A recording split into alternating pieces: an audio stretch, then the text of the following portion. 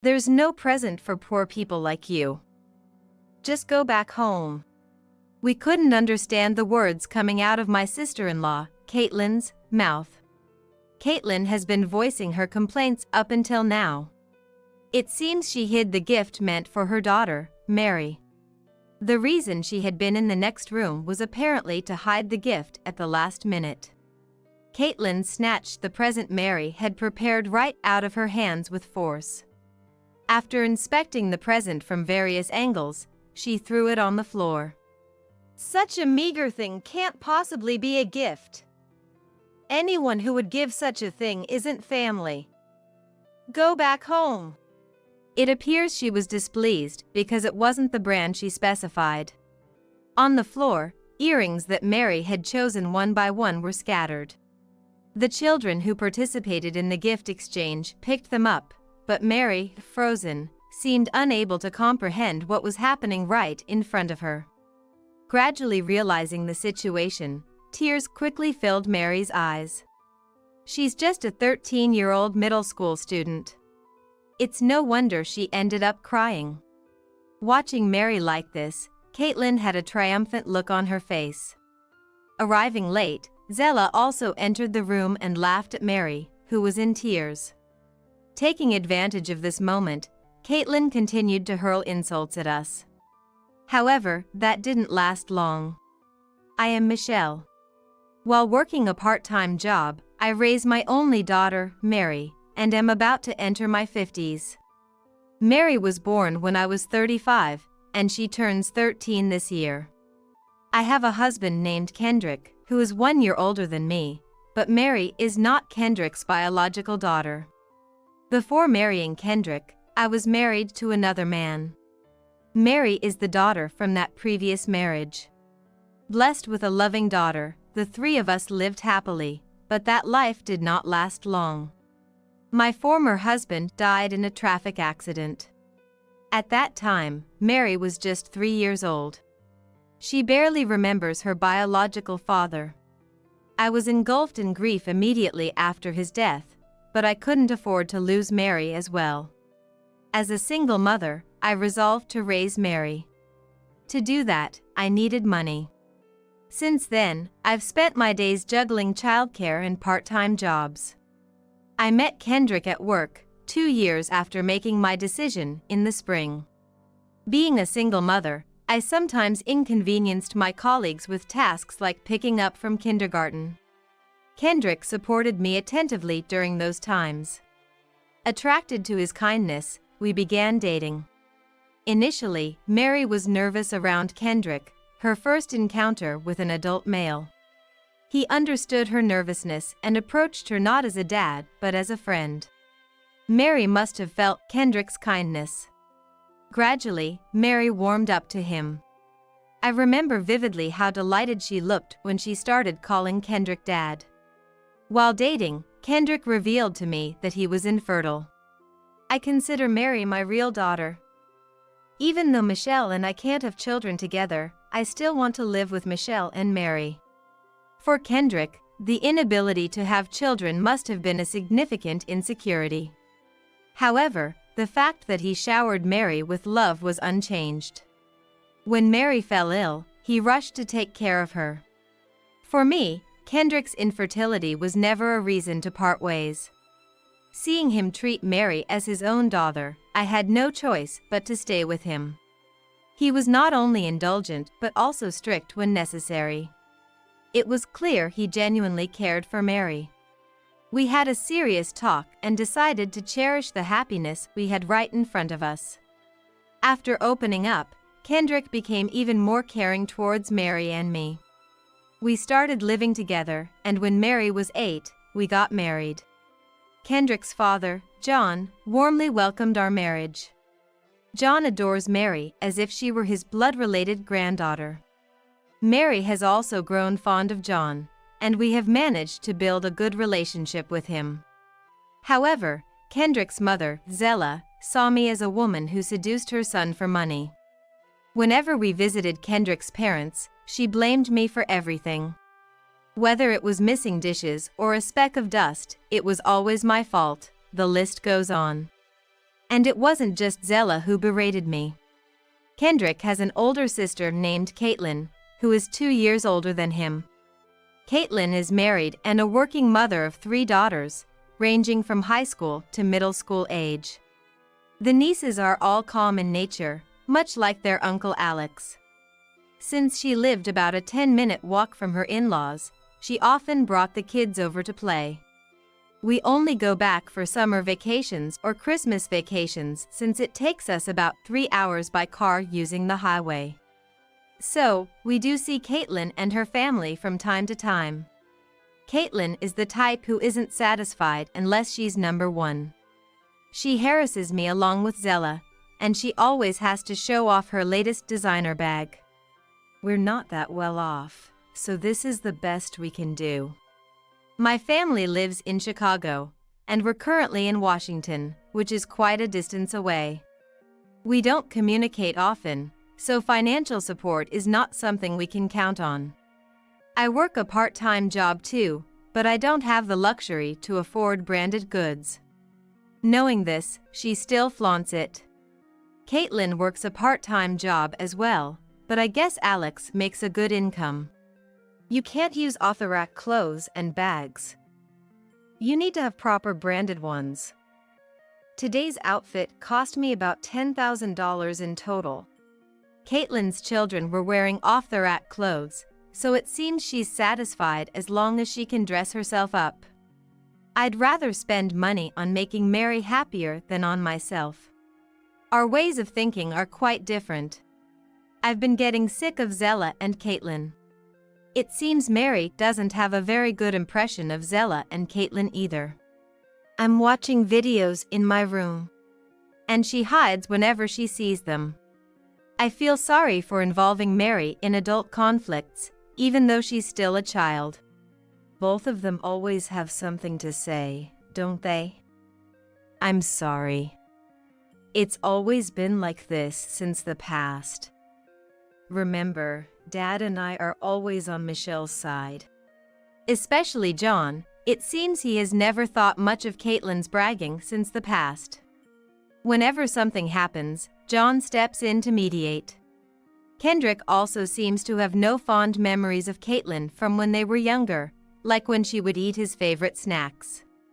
Both have grown up, and since Kendrick moved out, he hasn't visited home much. So, there hasn't been much interaction until recently. After marrying me, he would only show up to meet his grandchildren. I hardly ever see him talking with Caitlin. However, Mary and Caitlin's children get along well. It would be a shame to separate the children because of adult circumstances. With the cooperation of Kendrick and John, Caitlin and I have maintained a reasonable distance. Fortunately, she hasn't come to our house so far. If I just endure it a few times a year when we meet, everything will be fine. Once Mary grows up, we'll probably see each other less. Just a little more patience. I'm okay. I reassure Kendrick and myself with these words. One day, when the town began to light up with Christmas decorations, we received a message about a Christmas party at the in-laws. John, being considerate, invited Mary. It seems Caitlin is the organizer, but John is also helping out. Naturally, Mary wants to go. Mary is only 13 years old. Sending her alone on a 3-hour one-way trip to her grandparents, when she's not even used to taking the school bus, is too risky. On the day of the party, it's Christmas vacation, and both Kendrick and I are off work. We decided to take Mary to the in-laws for the party. Christmas parties usually mean exchanging gifts. We can't afford anything too expensive, but we decided to prepare a gift. Upon hearing this, Caitlin went ahead and specified the gift herself. A gift list was sent along with the invitation. Looking through it, there were items like luxury brand necklaces and cosmetics, things you wouldn't think children would use. Each and every item was over $500. What does she think children's gift exchanges are? I've never seen Caitlin's children wearing branded items. So, this list is probably not what the children want, but what she wants for herself. We ignored the instructions and let Mary choose the gift herself. Mary couldn't decide in one shopping trip, so we went multiple times to buy the present. Each time, the options increased, and I watched Mary happily making her choices. Eventually, she settled on earrings and an eraser, totaling $30 for the gift. Mary was counting down the days to the Christmas party. It's a special occasion, after all. To avoid any disputes, we decided to be as careful as possible. Then the day arrived. Caitlin's children had stayed over the night before to decorate. The luxurious Christmas cake and roast turkey were apparently handmade by John, who used to be a chef. They wanted the children to enjoy themselves, so the adults tried not to gather too much in the room. The in-laws' house has a dining room next to the living room, with a small room at the back that used to be Kendrick's childhood room. While the Christmas party was happening in the living room, the adults were swapping drinks in the dining room. Alex couldn't attend because he was busy with work. You could hear the lively voices from the living room in the dining area. The adults were making small talk, sounding cheerful. Caitlin probably didn't want to see me.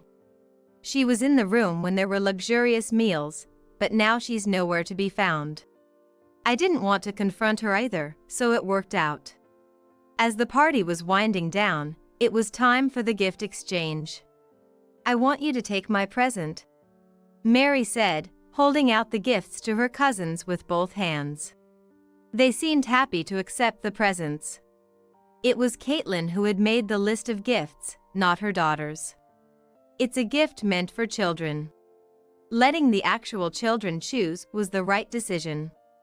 The exchange was done in an old-fashioned way, with music playing, and whoever had the item when the music stopped would keep it. Caitlin's children were puzzled because there weren't enough presents, even though they had prepared one each. I was roped into searching for the missing present. Half-eaten snacks and toys used for playing were scattered on the floor. It must have gotten lost somewhere. However, searching the room, one gift was still missing. Could it have been accidentally thrown away? Just then, Caitlin, who had been out of sight, walked into the living room. Seeing Mary, Caitlin suddenly started yelling, "There's no present for a poor person. Just go home." We couldn't understand what Caitlin was saying. She was voicing her grievances until now. Apparently, Caitlin had hidden the present meant for Mary. She had been in the next room until now, presumably to hide the gift at the last minute. Caitlin forcefully took the present from Mary's hands. After inspecting the present from various angles, she threw it on the floor. "Such a poor thing can't possibly be a present. Someone who gives this isn't family. Go home." She must have been upset it wasn't the branded item she had specified. Earrings selected by Mary were scattered on the floor. The children were picking them up, but Mary, seemingly unable to comprehend what had happened, froze. Tears began to form in Mary's eyes as she slowly grasped the situation. She's only a 13-year-old middle schooler. It's understandable she would start to cry.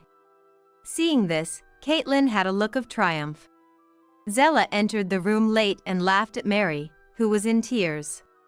Taking advantage of the situation, Caitlin continued to berate us. But it didn't last long. "You're the one who should leave, Caitlin."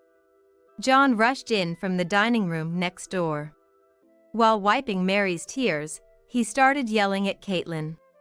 John is usually mild-mannered, and I've never seen him angry or irritated. But now, he was shouting with a look that could scare the devil himself. Not just Caitlin, but Zella, who had been mocking along with her, was silenced. "Dad, did you hear everything?" I was the only one looking for the present with the children. John is not good with alcohol, so they must have thought he wasn't watching.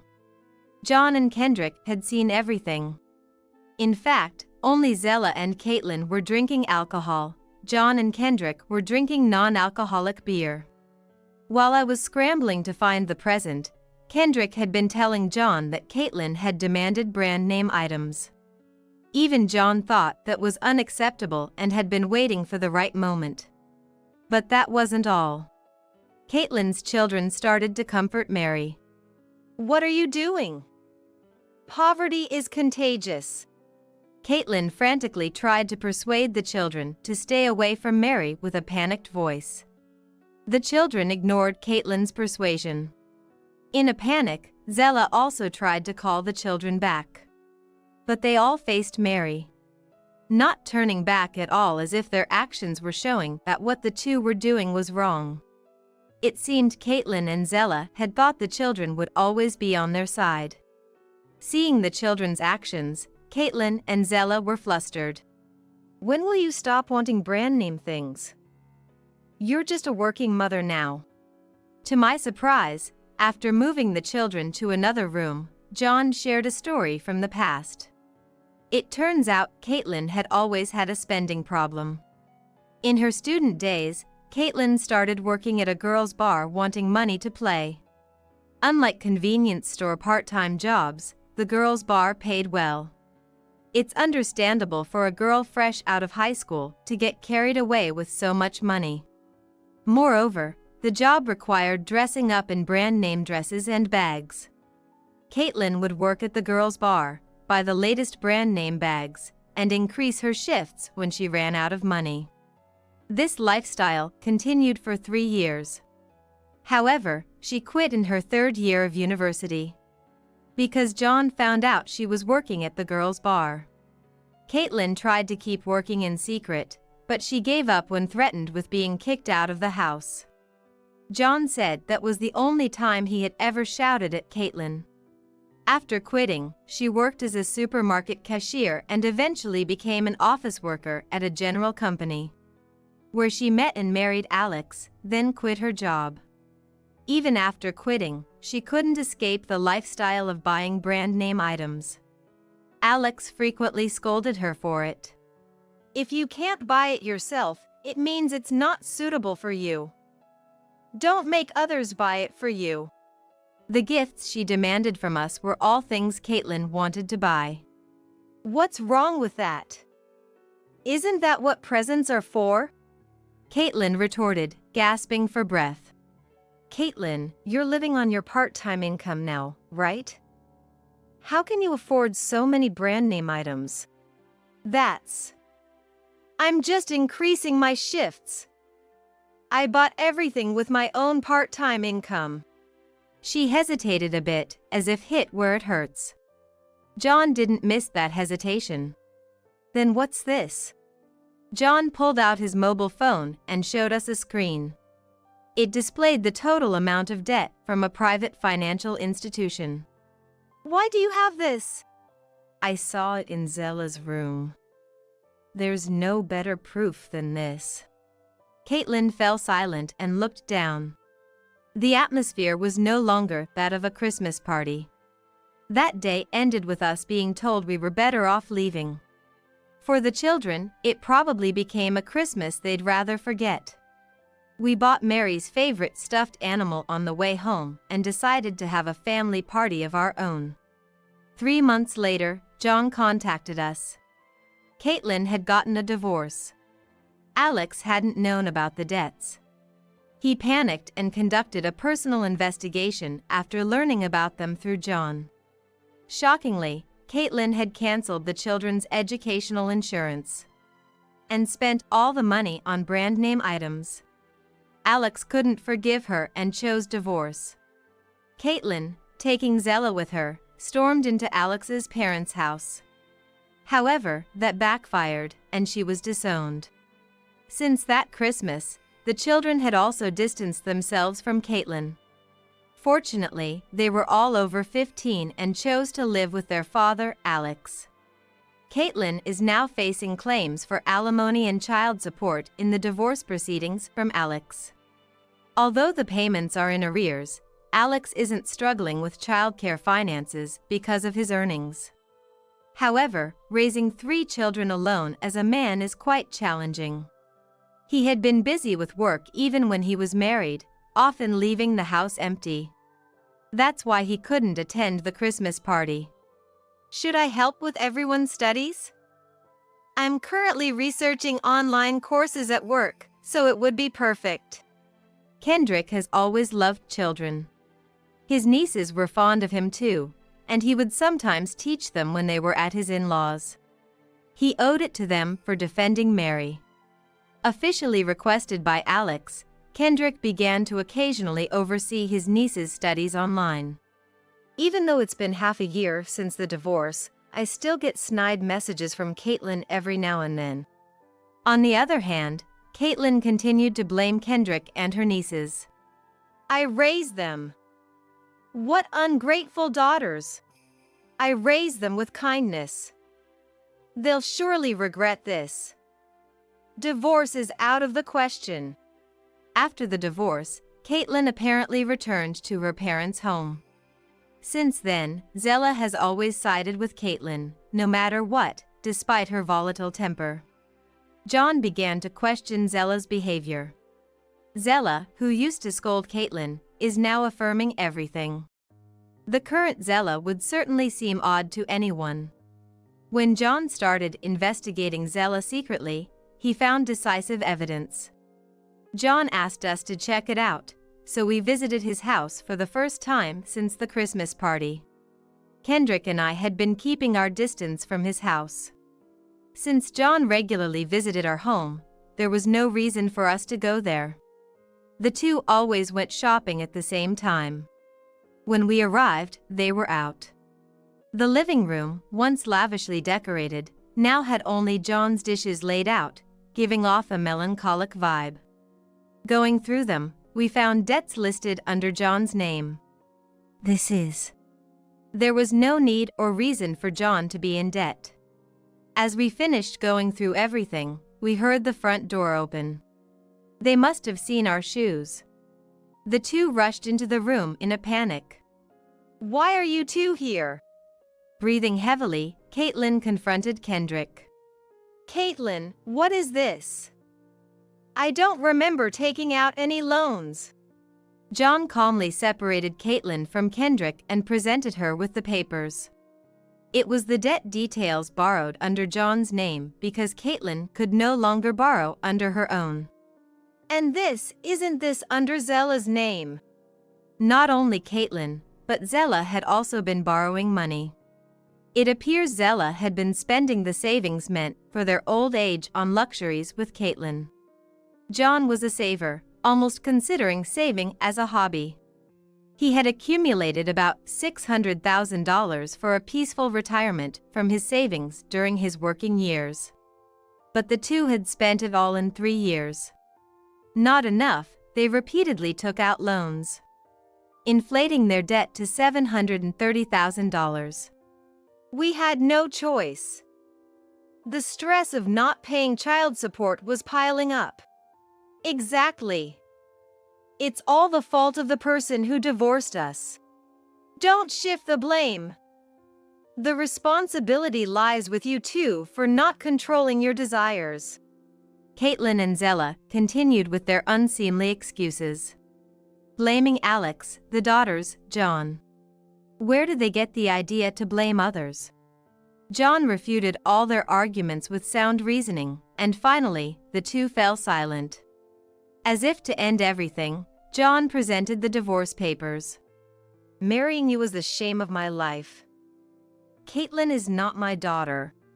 Seeing the divorce papers filled out in John's section, Zella began to apologize frantically. While crying, Zella started a deep apology. Yet, Caitlin just looked on, offering no apology. Zella started urging Caitlin to apologize too, but Caitlin, unwilling to apologize, argued back. With nothing left to say, John left the scene. What are you doing standing around? Go bring Dad back. After John left, Caitlin began to panic. Everything had been just talk, and she hadn't expected any action. Now you're trying to ingratiate yourselves with us? After everything you've done. Please, don't involve us anymore. Staying any longer wouldn't do any good. We also left the in-laws' house. That night, while relaxing in the living room, the doorbell rang. It was past 10 p.m. An unreasonable time for a visitor. At the door stood Caitlin. Kendrick said he would handle it, so I watched from the living room. What do you want at this hour? For a brother without seeds, you're awfully cheeky. Just let me in already. Apparently, after we left, Caitlin and Zella had an unprecedented fight. And Caitlin was kicked out of the house. She tried going to Alex's, but was, of course, turned away. Unwilling to spend money on a hotel, she came to our place intending to crash. This is a joke. Leave now or I'm calling the police. We're family, aren't we? Just let me in already. Ignoring Kendrick's warnings, she continued to cause a scene loudly. Even when warned about disturbing the neighbors, Caitlin only became more agitated. With no sign of her leaving, we did as we said and called the police to have Caitlin removed. Why should you two be happy? I will never forgive you. As she was being taken away by the police, she spat out those parting words. Kendrick, Alex, and I had all tried to reach out to Caitlin at first. She had destroyed all of that herself. Approaching 50, Caitlin likely won't change her personality now. Having lost money and family, she can't accept that she's reached a point of no return. Later, we received a thank you call from John, along with a report on the two. Apparently, Zella and Caitlin had been blaming each other. Eventually, they became estranged from each other. Both burdened with debts in their own names, they're living in poverty. Zella paid the compensation money for the divorce lawsuit to John immediately, but she didn't have the means to come up with such a large sum instantly. She must have taken on new debts to make the repayment. Fortunately, the debts taken out in John's name could be covered by the compensation money. John has rented a new place and is working as a taxi driver, saving for his retirement. His granddaughters continue to visit him, even after the divorce. Despite everything, they still cherish John, who is filled with gratitude for their affection. And on another Christmas day, at John's new home, Mary and the children exchanged presents. They had chosen themselves. No brand name items, but presents that brought smiles to the children's faces are the best. Do branded goods and large sums of money that are not suitable for you change a person's personality so much? This incident made me rethink the value of money. Mary still spends time happily with her cousins, silently ensuring they don't follow in Caitlin's footsteps.